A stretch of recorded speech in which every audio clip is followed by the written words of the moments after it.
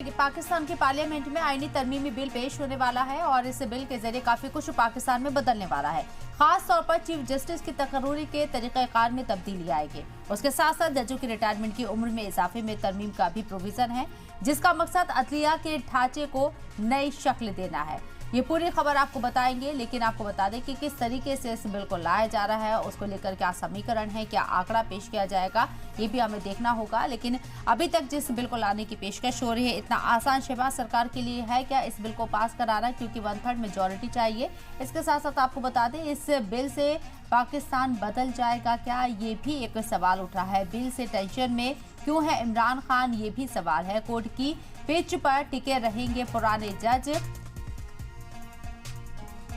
इमरान को नहीं मिलेगा सियासी पारी का मौका, ये तमाम खदशात जाहिर किए जा रहे हैं। पाकिस्तान की पार्लियामेंट में हुकूमत को 2/3 अक्सरियत की जरूरत है और आपको बता दें कि जिस तरीके से हुकूमत की इत्तेहादी पार्टियों से बातचीत जारी है, उसे क्या कोई रास्ता निकल पाएगा, ये देखना होगा। हुकूमत को 2/3 अक्सरियत की जरूरत है, जिसमें 336 वोटों में से 224 वोट की जरूरत है और इसी कमी को पूरा करने के लिए इत्तेहादी पार्टियों से बातचीत भी चल रही है।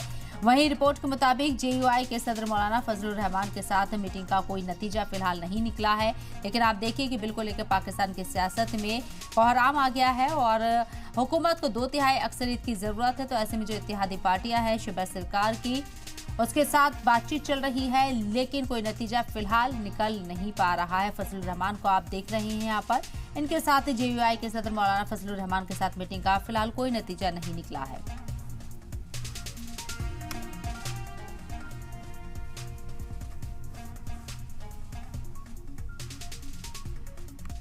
तो आपको बता दें कि पाकिस्तान के पार्लियामेंट में आईनी तरमीमी बिल पेश होने वाला है और इसके साथ साथ इस बिल के जरिए काफी कुछ पाकिस्तान में बदलने वाला है, ये बात कही जा रही है। खासतौर पर चीफ जस्टिस की तकर्री के तरीक़ेकार में तब्दीली आएगी और उसके साथ साथ यहाँ जजों के रिटायरमेंट की उम्र में इजाफे में तरमीम का भी प्रोविजन है और जिसका मकसद अदलिया के ढांचे को नई शक्ल देना है। अब ये बिल पास होगा या नहीं, ये पूरा मामला नंबर गेम पर टिका हुआ है। हुकूमत को 2/3 अक्सरियत की जरूरत है, जैसे कि 336 वोटों में से 224 वोट की जरूरत यहाँ शहबाज सरकार को है इस तरमीम को पास कराने के लिए। इसके साथ ही इस कमी को पूरा करने के लिए इत्तेहादी पार्टियों से बातचीत भी चल रही है शहबाज सरकार की।